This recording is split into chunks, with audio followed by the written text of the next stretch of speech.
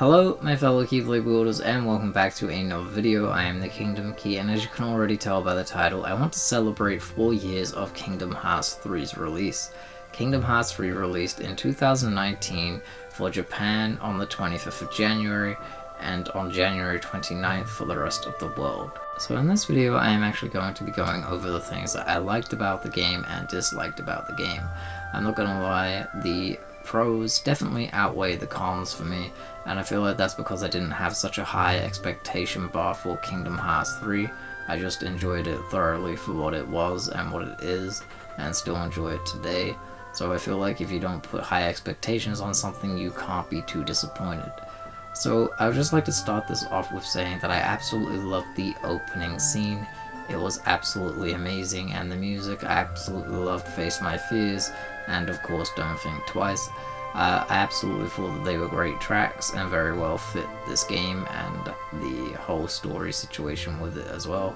I also just loved being able to see all the characters again, like Ven, Terra, Aqua, as well as Roxas, Xion, Axel, and Naminé, and all of the other organization members, and that they got to come back as humans as well, and the ones that are still with the organization and deciding to follow them. I also just love the whole fact that this game brought back the nostalgia of Kingdom Hearts 1 with the whole new gimmick of new 7 princesses, as well as was a little bit more simplified, was straight to the point of we're going to get, Sora's powers back, and then Sora is going to get the power of waking to save certain people and also to save Aqua, and how we are wrapping up to the Keyblade War to settle this moment with Xehanort. Now, I'm not going to spoil anything, I was just going over what I liked about it. I feel like the story was really well done. I know that a lot of people felt like it was flat and we didn't get enough, but then they say that the DLC Remind cleared things up and made it a little bit better.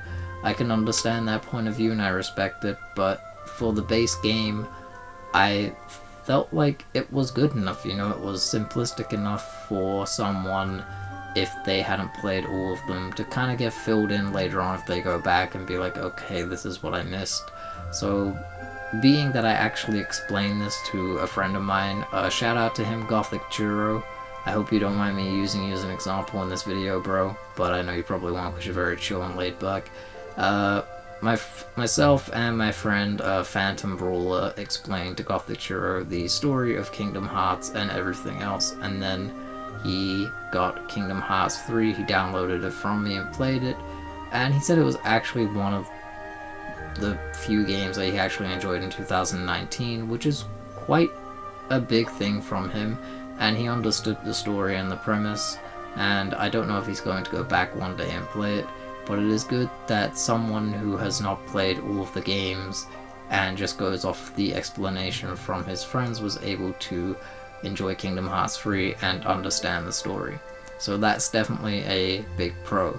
I also loved all of the new Keyblades and their designs and the Keyblade transformations.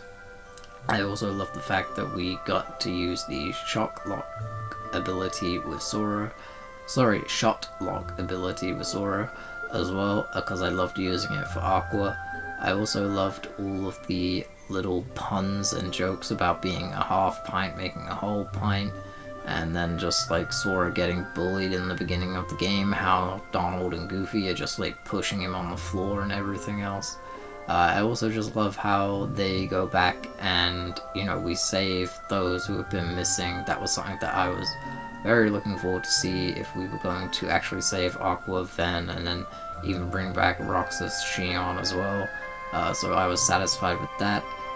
Getting to see Kairi in action a little bit in Remind and see how she does, and also a little bit in this game, getting to see her fight was great, but I feel like that she didn't get enough screen time, so that's a little point deduction for me, but it wasn't too big a deal.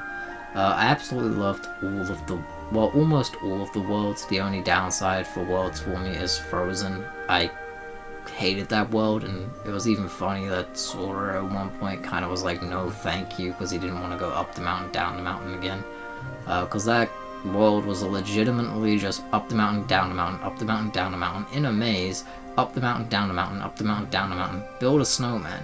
No thank you, I'm good. So that was my least favorite world. My favorite worlds would have to include, of course, Toy Box, Pirates of the Caribbean, Tangled World, and as well as Big Hero 6. I loved those worlds. Those were my top favorites in all honesty. The others I felt like were very good as well. I did not mind Olympus again. It's just, yeah, I was kind of hoping to go back to the Olympus Coliseum, fight some monsters from the movie, and also just go around and maybe even have a contest where you had to fight some of the organization members because they're doing something. But the story for Olympus was great. I also love how you find things out about a certain organization member. Again, I'm not going to say anything to spoil for those who have not played the game. So yeah, I feel like Kingdom Hearts 3 was really well wrapped up for the Xehanort saga. And I know that a lot of people are like, well, it left me with more questions. Of course it left me with more questions as well, but I feel like that is just what we need to get into the Lost Masters arc, or the Master of Masters story, whatever you want to call it. And I feel like it leads into Kingdom Hearts 4 very well, and it leaves us with questions to ask as well, because I'm not going to lie to you, I feel like Kingdom Hearts is definitely that franchise where if you're not questioning it, trying to put together your own theories and build a puzzle, it is not fun, because Kingdom Hearts is a giant puzzle and you gotta, you know, fill in the slots to make the picture whole. And that is what makes Kingdom Hearts beautiful, is that you can theorize for hours and you could probably be right in some circumstances. So Kingdom Hearts 3, I really enjoyed it, and I encourage all of you to give it more of a chance if you can, and just enjoy it for what it is and appreciate it, because there are some people who have never gotten to play it. I have friends who are still yet to be able to play Kingdom Hearts because they have not been able to get a break from work or been able to get a system in a while. So I would encourage all of you to celebrate Kingdom Hearts 3 by going on ahead and playing it today, or watching a no commentary playthrough so that you can experience it without someone commentating over it. And you can be darn sure that I will be let's playing Kingdom Hearts 3 as well, and taking you all through the experience with me as we go through all of the Kingdom Hearts games. Unfortunately, the only ones I won't be playing are the ones that are on DS and did not get, you know, a playable version over onto the new systems. But we will be going through the cinematics of it and cutscenes.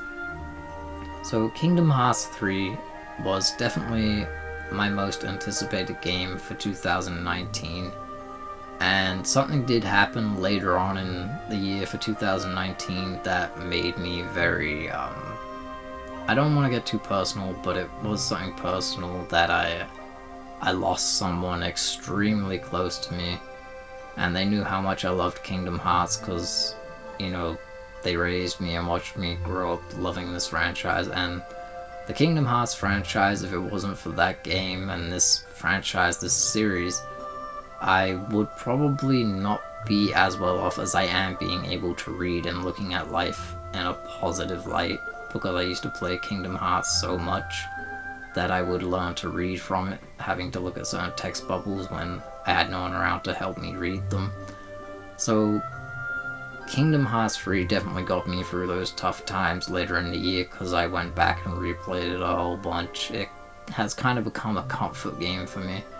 So to all of you out there who love Kingdom Hearts and Kingdom Hearts 3, I thank you for loving the game as well and not giving it too much of a hard time, because I know there are some people who are too brutal with it. But you know, to all of you who love it, I'm glad that you do. Don't let anyone tell you that the game is garbage. Don't let anyone tell you that any game that you enjoy is garbage. Enjoy what you enjoy, like what you like. So please let me know in the comments below what you thought about Kingdom Hearts 3. What are your likes and dislikes? Who was your favorite character in the other worlds? What world were you most excited for? And were you looking forward to it as much as I was Did you have super high expectations, or did you keep them low so that you wouldn't be too disappointed? And what did you think of the gameplay this time around? What did you think of the story? And what was your most hype moment? So with that all being said, I hope that you all have a great day. I am the Kingdom Key, may your heart be your guiding key, and until the next video, I hope that you all have a great day. Happy 4th anniversary, Kingdom Hearts 3. Peace.